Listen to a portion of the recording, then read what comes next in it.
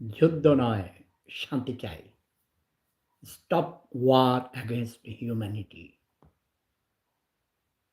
মানবতার বিরুদ্ধে যুদ্ধ বন্ধ করো।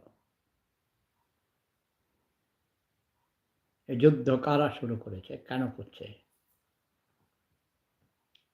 আজ সকালে ঘুম থেকে উঠে আমি খবরটা দেখে অত্যন্ত দুঃখিত হয়েছি। ইরানে ১৮৫ জন ছাত্রীকে মেয়েদের স্কুলে বোমাবর্ষণ করে হত্যা করেছে। আরো অনেকে আহত হয়েছে। নিহত হয়েছে শুনেছি ১৮৫ জন। ইসরায়েল, আমেরিকা এই যুদ্ধ শুরু করেছে মানবতার বিরুদ্ধে। ইরান থেকে তেল নিয়ে যাওয়ার জন্যে।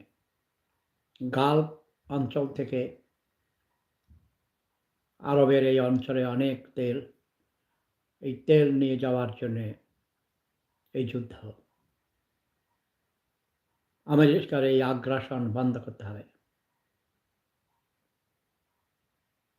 আমরা এই আগ্রাসী মনোভাব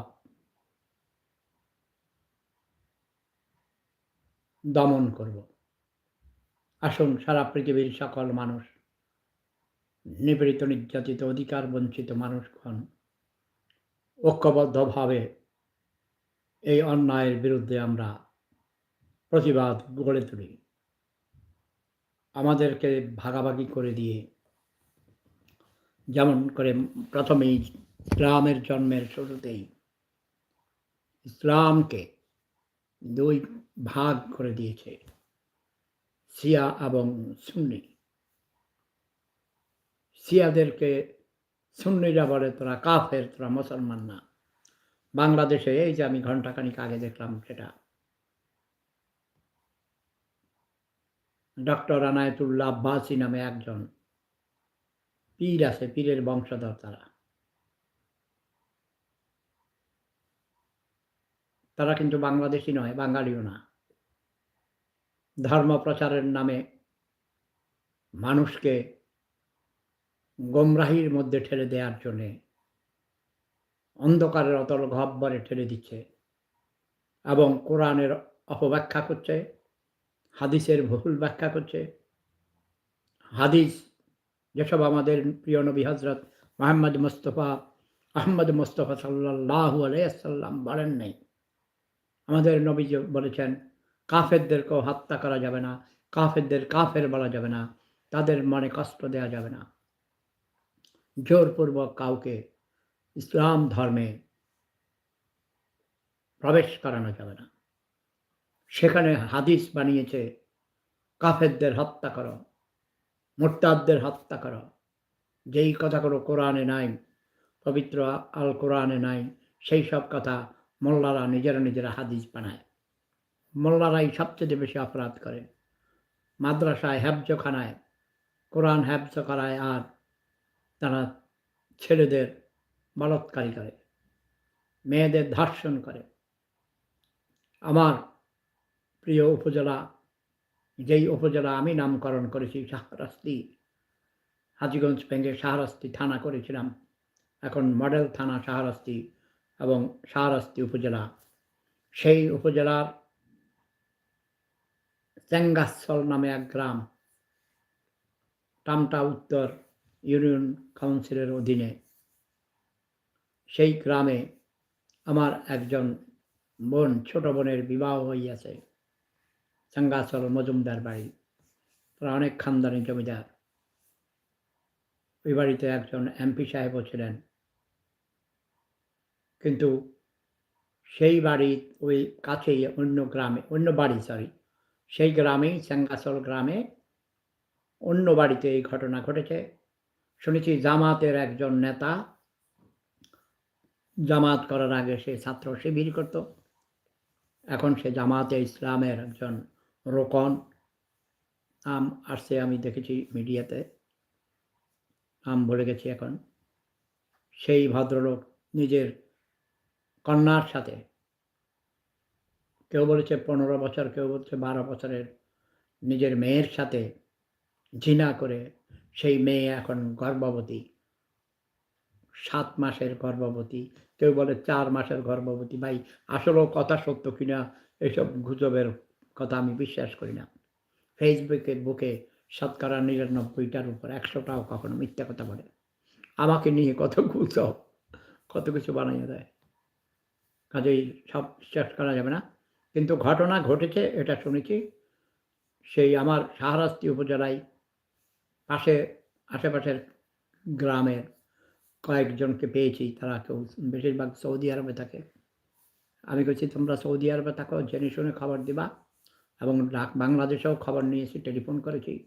আমার শাহরাস্তিতে সুচিপাড়ার বসুপাড়া গ্রামে এবং শাহরাস্তি উপজেলায় কয়েকজন সাংবাদিককে আমি কল করার চেষ্টা করেছি, কিন্তু তাদের পাই নাই।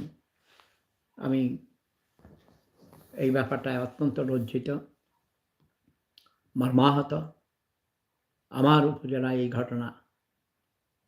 তাও আমার ছোট বোনের, আমার জ্যাঠাতো বোনের শানু ওর নাম, তার জামাইয়ের বাড়ির গ্রাম যেটা সেঙ্গাচল।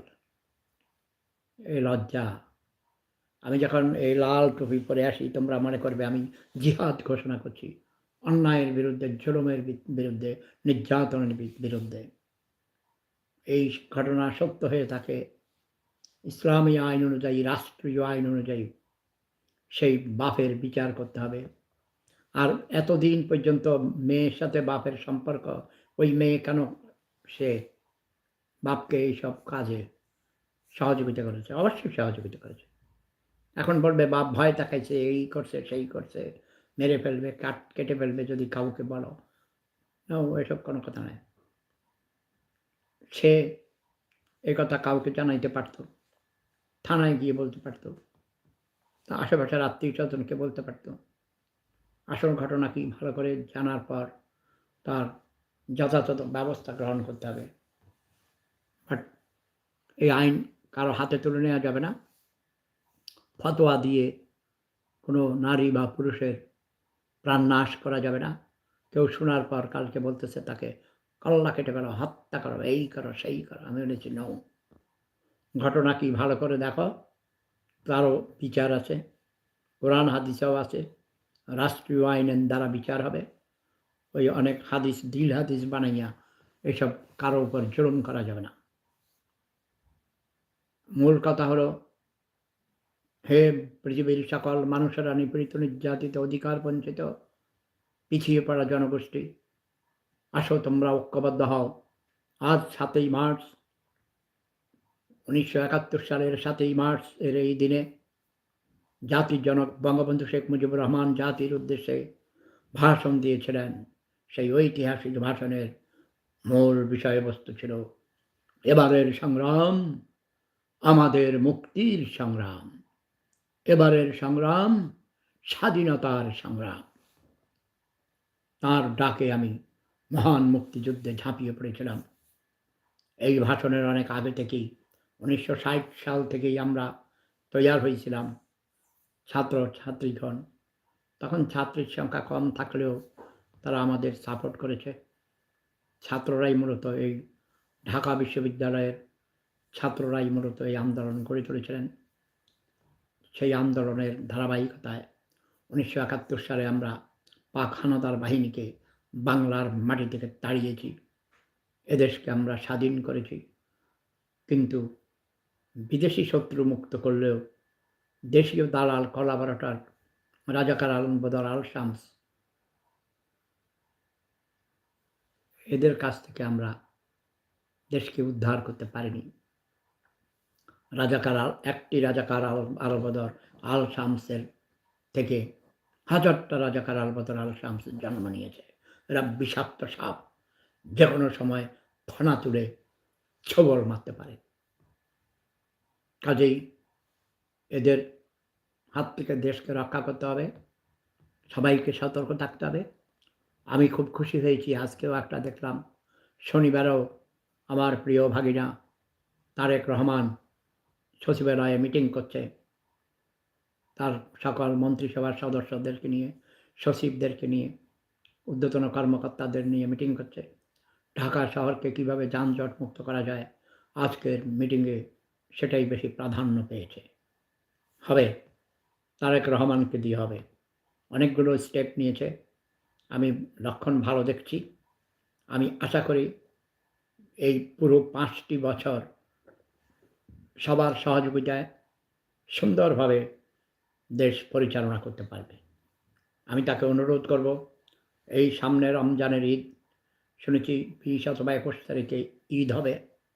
ঈদের আগেই যেসব প্রাক্তন আওয়ামী লীগের মন্ত্রী, এমপি, নেতা যারা জেলে আছেন, কবি, সাহিত্যিক, সাংবাদিক, বুদ্ধিজীবী, বিশেষ করে শাহরিয়ার কবির সহ আরও অনেক প্রকৃত মুক্তিযোদ্ধা, লেখক, চিন্তাবিদ, সাংবাদিক জেলে আছেন, তাদেরকে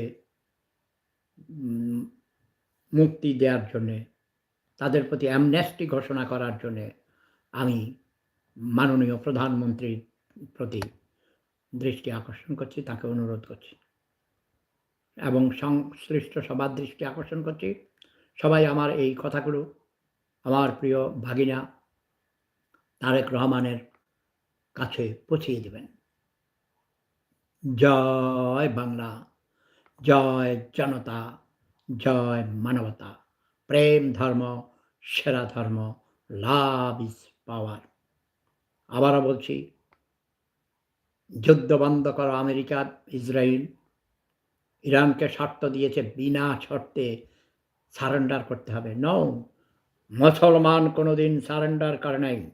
পৃথিবীর ইতিহাসে, মুসলিম ইতিহাসে কখনো তার নজির নেই। মুসলমানরা জীবন দেবে, কখনো কারো কাছে মাথা নত করবে না। আসুন, বিশ্বের সকল মুসলমান, শিয়া, সুন্নি, ওয়াহাবি, সালাফি, কালাফি যত আছে, সবাই মিলে ঐক্যবদ্ধ হয়ে এই শত্রুর মোকাবিলা করতে হবে। কাজেই আমি আহ্বান জানাচ্ছি, পৃথিবীর সকল মুসলমান যে যেখানে আছেন না কেন, সবাই আসুন। আমি জিহাদ ঘোষণা করছি আমেরিকা এবং ইসরায়েলের বিরুদ্ধে। এই জিহাদে সবাই অংশগ্রহণ করুন, ঝাঁপিয়ে পড়ুন। শত্রুকে নির্মূল করে দিতে হবে। নারায়ে তাকবীর, আল্লাহু আকবার, আল্লাহু আকবার, আল্লাহু আকবার।